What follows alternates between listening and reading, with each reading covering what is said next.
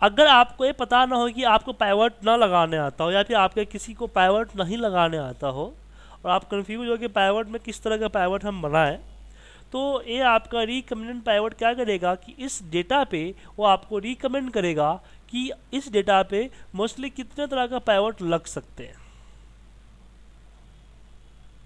ठीक है, तो इस पाइवट को वो लगा के आपको दे देगा। तो आपको अपने हिसाब से इस रो फील्ड में कुछ रखने की ज़रूरत नहीं है, वो अपने आप यहाँ पे सबको रख देगा। तो रिकमेंड पाइवट एक नया ऑप्शन है। दूसरा, बाकी जो चीज़ें आप पाइवट ने नॉर्मल पाइवट में आपने पढ़ा है वो सारे पाइवट आपका सेम है, उसमें कोई खास चेंजिंग नहीं है, और सेम आपका बाकी जो चीज़ आपने देखी है सारी चीज़ सेम है। बस इसमें एक नई चीज़ आई है, slicer, insert slicer and timeline, दो नई चीज़ आई है, वो आपको हम बताना चाहेंगे। हम स्लाइसर की बात करते हैं, तो मान लीजिए कि आपको रीजन वाइज 1 बाय करना था, रीजन को आप फिल्टर में रख देते हो और फिल्टर को आप 1 बाय 1 इस तरह से फिल्टर करते हो।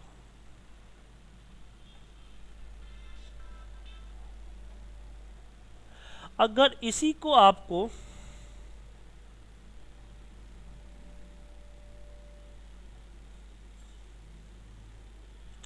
अलग तरीके से देखना हो,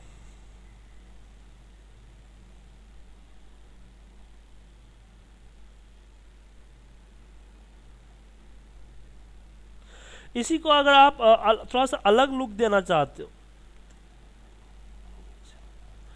तो उसके लिए हम स्लाइसर यूज करते हैं। स्लाइसर भी फिल्टर की तरह ही होता है।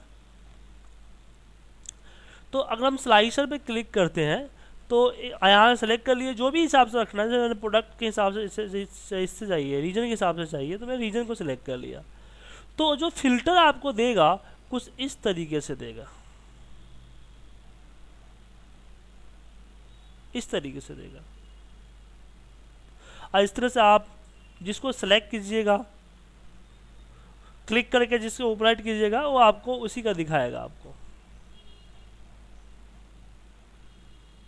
ठीक है, तो जरूरी है एक ही रखो, कई सारी चीज़ रख सकते हो। जैसे मैंने वापस इसमें जाता हूँ, पाइवट पे क्लिक किया, एनालाइज पे आता हूँ और यहाँ पे एनालाइज, और फिर स्लाइसर में मैं कुछ और रख लेता हूँ। मैं रख लेता हूँ मान लीजिए रिजॉल्व और एजेंट आईडी। तो ये आपका रिजॉल्व हो गया, ये आपका एजेंट आईडी होगा। बेसिकली जब हम लोग यूज करते हैं डैशबोर्ड वगैरह यूज करते हैं, तो मान लो जो पिवट के जरिए हम डैशबोर्ड बनाते हैं, उस डैशबोर्ड में इसका हम यूज करते हैं। इस तरह से लुक वाइज अच्छा होता है और इसके हिसाब से आप फिल्टर लगा सकते हो, नो वाले कौन से हैं, यस वाले कौन से हैं, तो ये बेटर रहता है हमारा। तो थोड़ा सा बेटर चीज़ें होती है बाकियों के मुताबिक। ठीक है सर, तो स्लाइसर होता है। राजकुमार जी, माफ़ कीजिएगा, मैं आपको मैसेज में भेजना भूल गया था। ऐसे ज़्यादा कुछ छूटा नहीं है, बस मैं 5 मिनट पहले ही क्लास स्टार्ट किया मैं, और तबीयत तो ख़राब है, लेकिन क्या करें, थोड़ा सा बेटर फील कर रहा था तो मैं आ गया। ठीक है, तो यहाँ पे हमारे पास जो चीज़ें हैं पिवट की, तो स्लाइसर की बात करें, स्लाइसर इस तरीके से ऐड कर सकते हो। अब फिल्टर में एक और प्रॉब्लम हमारे पास आती है, वो आता है हमारे पास डेट एंड टाइम की फिल्टर करने पे। जैसे डेट एंड टाइम को मैंने यहाँ पे रख दिया, तो यहाँ पे आपके पास जो फिल्टर आ रहा है वो डेट वाइज आ रहा है।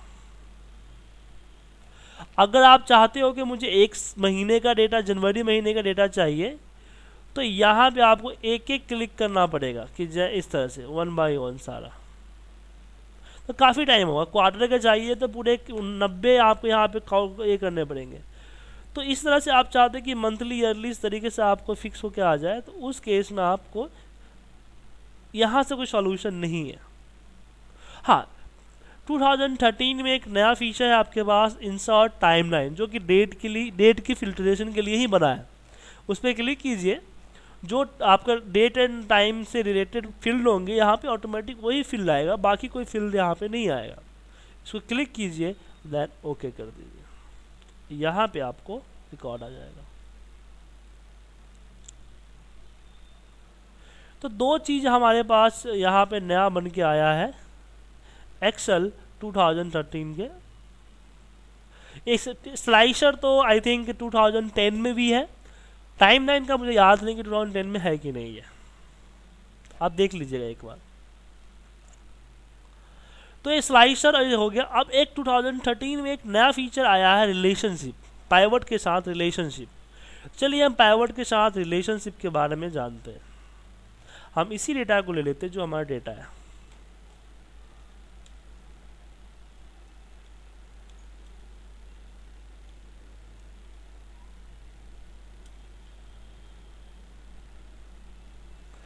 मान लीजिए डेटा है, मैंने यहाँ पे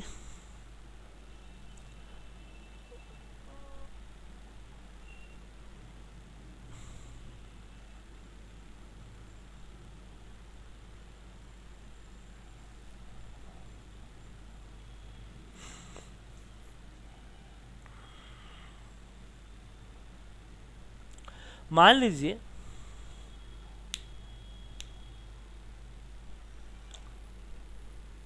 एक सर्वर आईडी दे दिया है,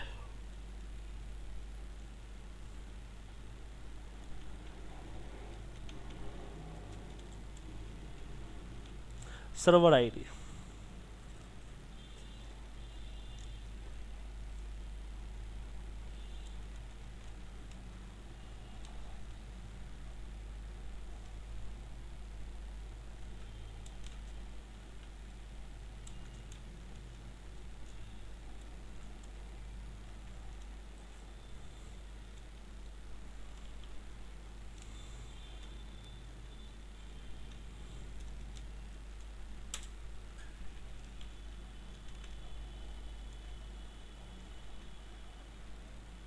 ये हमारे पास एक सर्वर आईडी है कि ये जो कॉल्स है किस सर्वर से आया है, और मेरे पास ये हमारा डेटा हो गया, और दूसरे पास मेरे पास डेटा है यहाँ पे सर्वर। यहाँ पे सर्वर आईडी है,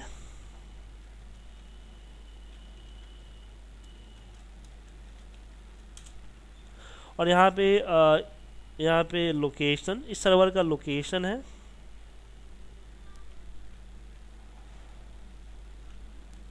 और इसका कंपनी है। मान लीजिए डेटाबेस आपका S1 से लेके S5 तक है।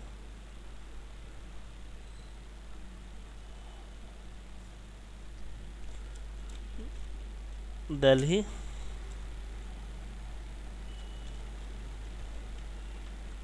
मुंबई, पुणे, पटना एंड नोएडा। कंपनी है IBM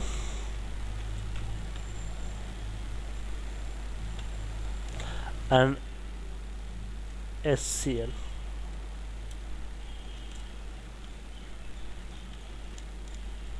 ठीक है सर। अब आपके डेटा पे रहा। अब प्रॉब्लम ये है कि इस सर्वर के अंदर, सर्वर आईडी के अंदर में, आप इस डेटा के अंदर में आपके जो सर्वर आईडी है, आपको ये पता करना है कि किस सर्वर पे नंबर ऑफ कॉल्स कितने आए। तो आपको क्या करना पड़ेगा कि आपको पिवट के सामने यहाँ पे VLOOKUP लगा के सर्वर की आईडी, सर्वर का नेम लाना पड़ेगा, और सर्वर का लोकेशन लाना पड़ेगा, सर्वर लोकेशन लाना पड़ेगा, और सर्वर का यहाँ पे कंपनी नेम लेकर आना पड़ेगा। VLOOKUP तक चलो 2 कॉलम तो उठा के ला देते हो, लेकिन 2 कॉलम से ज़्यादा हुआ और जो चेंज हुआ दिक्कत होगा।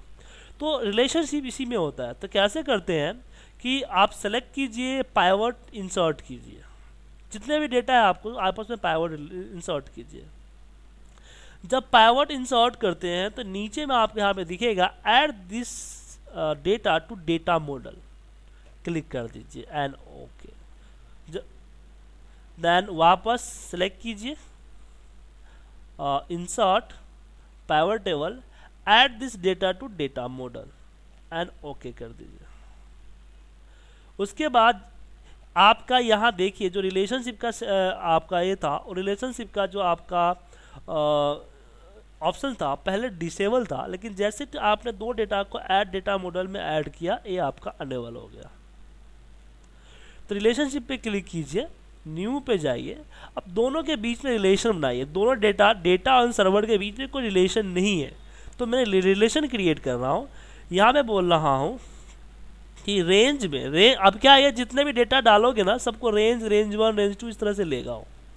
तो पहला रेंज हमारा क्या है, पहला रेंज मेरा सर्वर है, तो मैंने बोला कि इसकी जो सर्वर आईडी है वो बराबर है रेंज 1 दूसरी डेटा के सर्वर आईडी के।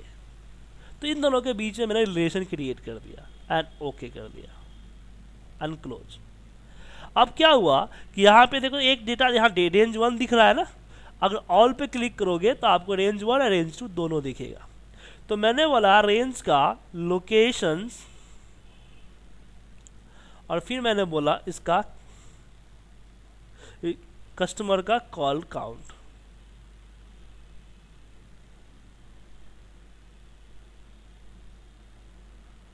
एक मिनट,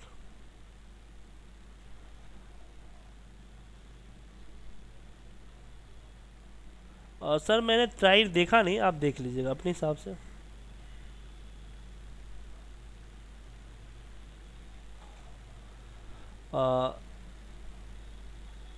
ऐसा क्यों हो रहा है?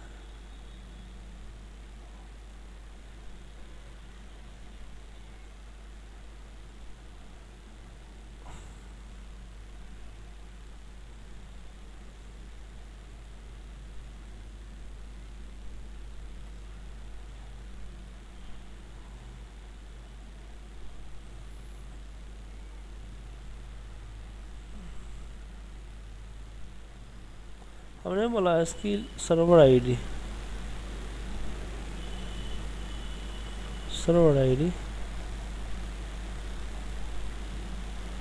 और इसका अपसेल। ये पूरा ब्लैंक पे क्यों ले रहा है?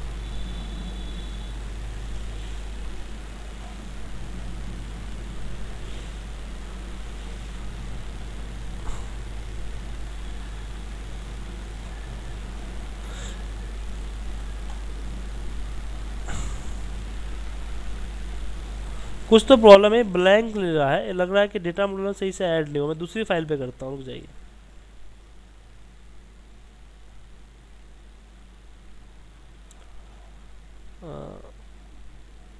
इस पे करता। अब इसमें देखिए हमारे पास ये डेटा है, इस डेटा पे आपको सही तरीके से समझ में आएगा। देखिए मेरे पास 3 डेटा है, एक में मेरा कस्टमर का डिटेल है कि मेरे पास जितने भी कस्टमर है हर कस्टमर का यहाँ पे डिटेल डला हुआ है। दूसरे में मैं जितना प्रोडक्ट सेल करता हूँ उस प्रोडक्ट का यहाँ पे डला हुआ है। और तीसरे में मेरे पास यहाँ पे डला हुआ है सेल डेटा, जिसमें मैंने सिर्फ sales ID, date, customer ID, product ID and quantity डाला है। अब प्रॉब्लम ये है कि मुझे क्वांटिटी का सम निकालना है प्रोडक्ट आईडी के बिहाफ से, नहीं प्रोडक्ट नेम के बिहाफ से। तो उसके लिए हमने क्या किया कि हम उसके लिए एक बार प्रोडक्ट और सेल्स के बीच में मुझे रिलेशन करना है, तो मैंने प्रोडक्ट को सिलेक्ट किया, इंसर्ट पे गया, पाइवट में इसको ऐड टू डेटा मॉडल कर दिया, वापस सेल्स पे गए, इंसर्ट पिवट टेबल और इसको ऐड टू डेटा मॉडल कर दिया।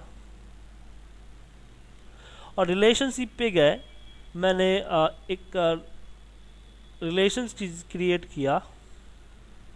देखिए यहाँ पे रिलेशन क्रिएट है हमारा है कि सेल्स का प्रोडक्ट आईडी और प्रोडक्ट का प्रोडक्ट आईडी आपस में बराबर है। मतलब कि जो सेल्स में यहाँ जो सेल्स इससे प्रोडक्ट के अंदर क्या है, प्रोडक्ट आईडी के बिहाफ से चल रहा है, और सेल्स में हमारे पास सेल्स क्या यहाँ पे प्रोडक्ट इस आईडी के साथ, दोनों का इक्वल कर दिया।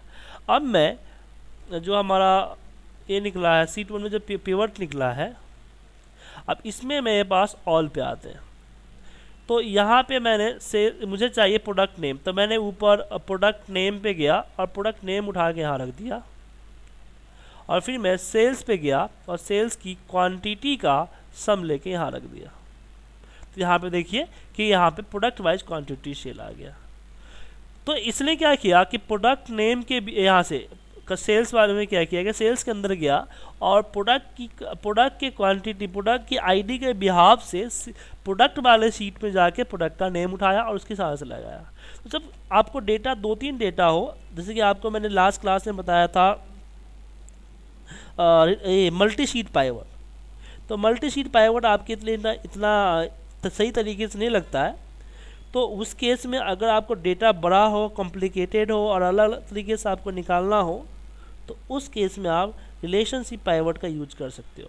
लेकिन रिलेशनशिप पाइवट भी आपको कम ही यूज होता है, मतलब कि उतना कम ही तरीके से यूज होता है, उसका भी कोई एक लिमिटेशंस है। उस केस में हम पावर पाइवट का यूज करते हैं। पावर पाइवट रिलेशनशिप पाइवट पे परफॉर्मेंस करने की एक बेटर और बहुत ही अच्छे तरीके का शो करता है। तो चलिए मैं पावर पाइवट के बारे में जानते हैं। पावर पाइवट 2013 में इनबिल्ड है, पर 2010 में आपको डाउनलोड करने पड़ेंगे, किसी अलग डाउनलोड करके इंस्टॉल करने पड़ेंगे एड-इन के थ्रू। तो उसके लिए आपको गूगल पे जाके सर्च करना होगा, वो मिल जाएगा, फ्री है। माइक्रोसॉफ्ट ने इसको फ्री प्रोवाइड किया है। मैं आपको बता दूं कि आप गूगल पे जाएंगे,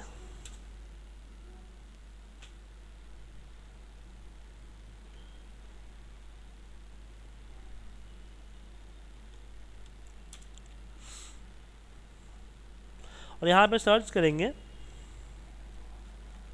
पावर पाइवट एड-इन्स फॉर एक्सेल 2010। ये रहा माइक्रोसॉफ्ट ऑफिस का लिंक।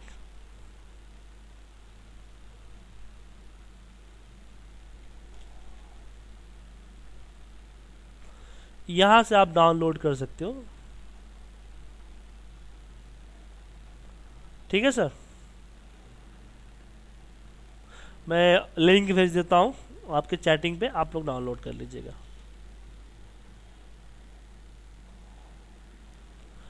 तो यहाँ से हम यूज करते हैं। अब बात करते हैं पावर पाइवट की खासियत के बारे में। तो बात 3 डेटा हो गया। पावर पाइवट के लिए आप देखिए ऊपर पावर पाइवट का ये आएगा, ये डायरेक्ट नहीं आता है, इसको लाना पड़ता है। लाने के लिए आप ऑप्शन पे जाइए, ऑप्शन पे आपको यहाँ पे दिखेगा कस्टमाइज रिबन, इस पर क्लिक कीजिए और यहाँ पे पावर पाइवट होगा, इस पर क्लिक कर दीजिए। इस तरह का क्लिक करते ओके करते ही आपको यहाँ पे पावर पाइवट का विंडो आएगा। तो पावर पाइवट यूज करने के लिए आप मैनेज पे क्लिक कीजिए। मैनेज पे क्लिक करते ही क्या होगा कि एक्सेल के जैसा ही एक अलग विंडो खुल के आएगा, ये आएगा, लेकिन इसके अंदर डेटा नहीं है। तो आप 1 बाय 1 डेटा को सिलेक्ट कीजिए। पावर पाइवट में ऐड टू डेटा मॉडल है। अभी क्या था, रिलेशनशिप में आपको जितने डेटा उतने पाइवट इंसर्ट करने पड़ेंगे। जब पाइवट इंसर्ट करते समय आप डेटा मॉडल में ऐड कर सकते हो, लेकिन पावर पाइवट में आपको पाइवट लगाने की ज़रूरत नहीं है। आप क्लिक करते डेटा इंसर्ट कर सकते हैं। जैसे आ गया डेटा यहाँ पे, देन यहाँ पे आता हूँ, इसको सिलेक्शन करता हूँ, यहाँ करता हूँ ऐड टू डेटा मॉडल, आ गया, और तीनों सीट का डेटा उठा के हमने वहाँ पे डेटा मॉडल में ऐड कर दिया। ये एक्सेल के बैकएंड में होता है, बाद में इसको बंद कर दीजिए, आपका सही वर्क करेगा। ठीक है। अब इन तीनों के बीच में आप में कोई रिलेशन नहीं है,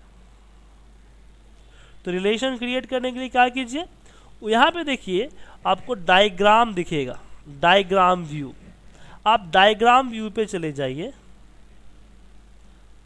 थोड़ा इंतजार कीजिए। यहाँ पे जितने भी आपने टेबल इंसर्ट किए हैं वो यहाँ पे आ जाएगा। अब मैंने क्या लिंक किया, मैंने बोला कि प्रोडक्ट की product ID is equal to sales की प्रोडक्ट आईडी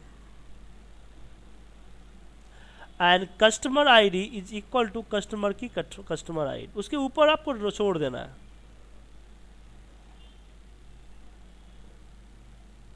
इस पर क्लिक करते हैं, देखिए आप वहाँ पे बताया किस किस से लिंक है। इस पर क्लिक करेंगे तो इसका बताया किस किस से लिंक है। तो आपने इसको आपस में लिंक कर दिया। अब उस वापस आप डेटा व्यू पे आ जाइए। अगर मैं पिवट पे जाऊं, मैं राइट क्लिक पिवट टेबल पे क्लिक करूं, तो यहाँ पे पिवट आ गया, आपस में इंटरलिंक होके आ गया। जैसे मैंने डेटा सिलेक्ट किया और क्वांटिटी सिलेक्ट कर दिया। उसके बाद अगर मेरे पास यहाँ पे क्वांटिटी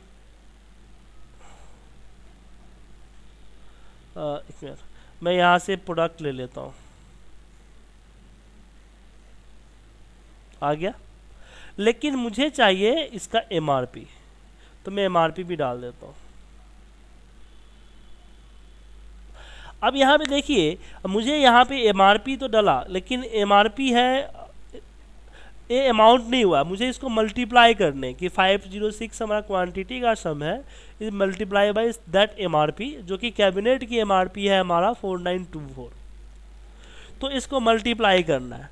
तो मल्टीप्लाई करने के लिए आप यहाँ पे आइए, कैलकुलेटेड फील्ड आपको दिख रहा होगा, इसके न्यू कैलकुलेटेड फील्ड में आइए और यहीं पे आप कस्टमर यहाँ पे जगह पे सेल सेलेक्ट कर लीजिए, यहाँ पे डाल दीजिए टोटल अमाउंट।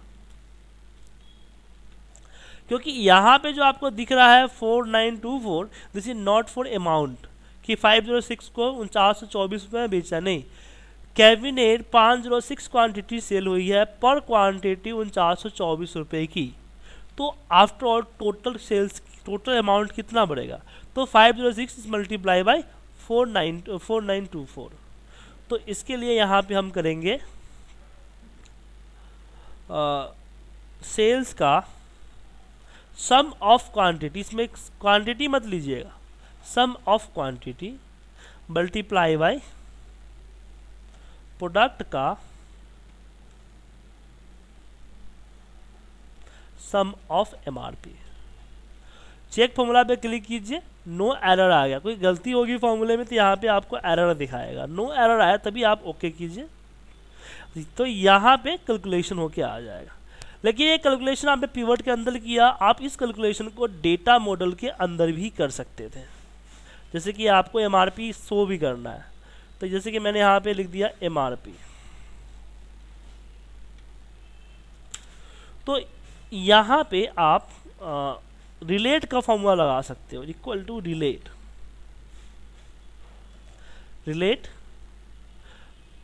रिलेट में मैंने बोला कि प्रोडक्ट, मतलब कि जैसे मैंने बताया था ना आपकी कि आप एक्सेल के अंदर में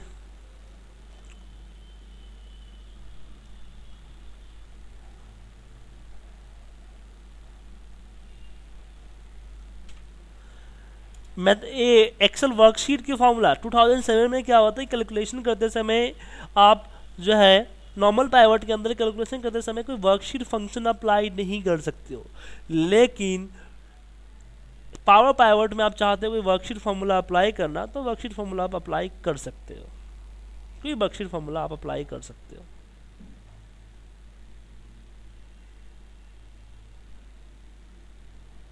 ठीक है, तो यहाँ पे हमने यूज किया।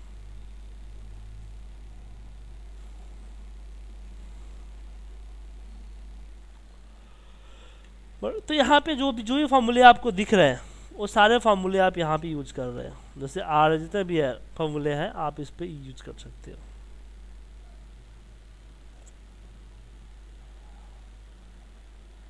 जैसे मुझे पता करना है कि हमारा जो कस्टमर है, कस्टमर के कोड है वो कितने डिजिट का है, कोई 2 डिजिट का है, कोई 3 डिजिट का है, तो आप इसका भी पाइवट लगा सकते हो, इस पर भी डेटा ला सकते हो, इस पर भी आप समरी वगैरह कर सकते हो, सम वगैरह। तो मैंने यहाँ पे लेन लिख दिया और मैं यहाँ पे वर्कशीट का फॉर्मूला अगर अप्लाई करना हो तो इसके अंदर में आप कर सकते हो। मैंने लेन किया और लेन में बोला ये,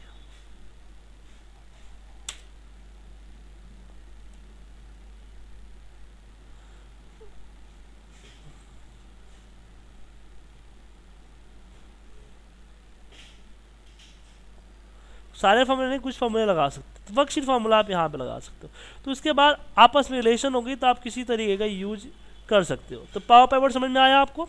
पावर पाइवट यूज होता है मोर एंड मोर रिलेशनशिप को यूज करने के लिए, कि अगर आपके पास रिलेशनशिप ज़्यादा है तो उस रिलेशनशिप को आप यहाँ पे अप्लाई कर सकते हो। जैसे कि मुझे इस पर टैक्स निकालना है, यहाँ पे आप डेटा के अंदर आप जैसे कि ये तो एक टैक्स निकाला है, लेकिन टैक्स को मैं यहाँ पे नहीं निकालना चाहता हूँ, यहाँ पे कैलकुलेशन नहीं करना चाहता हूँ, मैं पावर पाइवट के अंदर ही करना चाहता हूँ, क्योंकि यहाँ पे दिख रहा है कि कैलकुलेशन हमने क्या किया है। लेकिन हम अंदर करना चाहते हैं, तो उसके लिए हमने यहाँ पे MRP ले लिया। तो यहाँ पे मैं अमाउंट, एक मिनट यहाँ पे अमाउंट लेता हूँ, अमाउंट, और फिर मैंने इसको मल्टीप्लाई कर दिया द क्वांटिटी एंड इससे एंटर मारा। एंटर मारते देखिए आपके सेल्स में अमाउंट, एक बार रिफ्रेश कर लीजिए,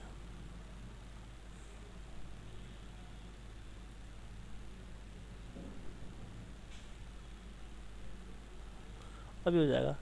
उसके बाद यहाँ पे मैंने एक और कॉलम ऐड कर लिया टैक्स का, टैक्स, और मैंने इसको सेलेक्ट किया और इसका मान लीजिए 12.36% निकाल लिया।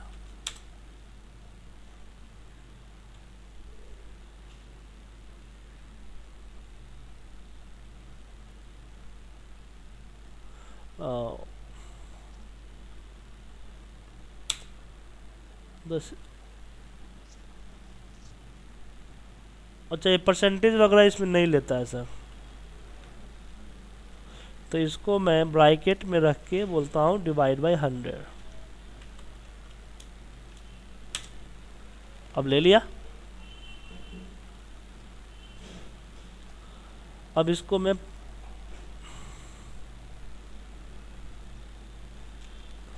पिवट को रिफ्रेश कर देता हूँ ना, हाँ रिफ्रेश कर दिया। अब से कभी कभी एरर आ जाता है, तो यहाँ पे आ गया, हाँ आ तो गया, यहाँ पे एरर की जरूरत नहीं है, टोटल आ गया, टैक्स आ गया, तो टैक्स को यहाँ उठा के रख दीजिए आप, टैक्स दिख जाएगा आप।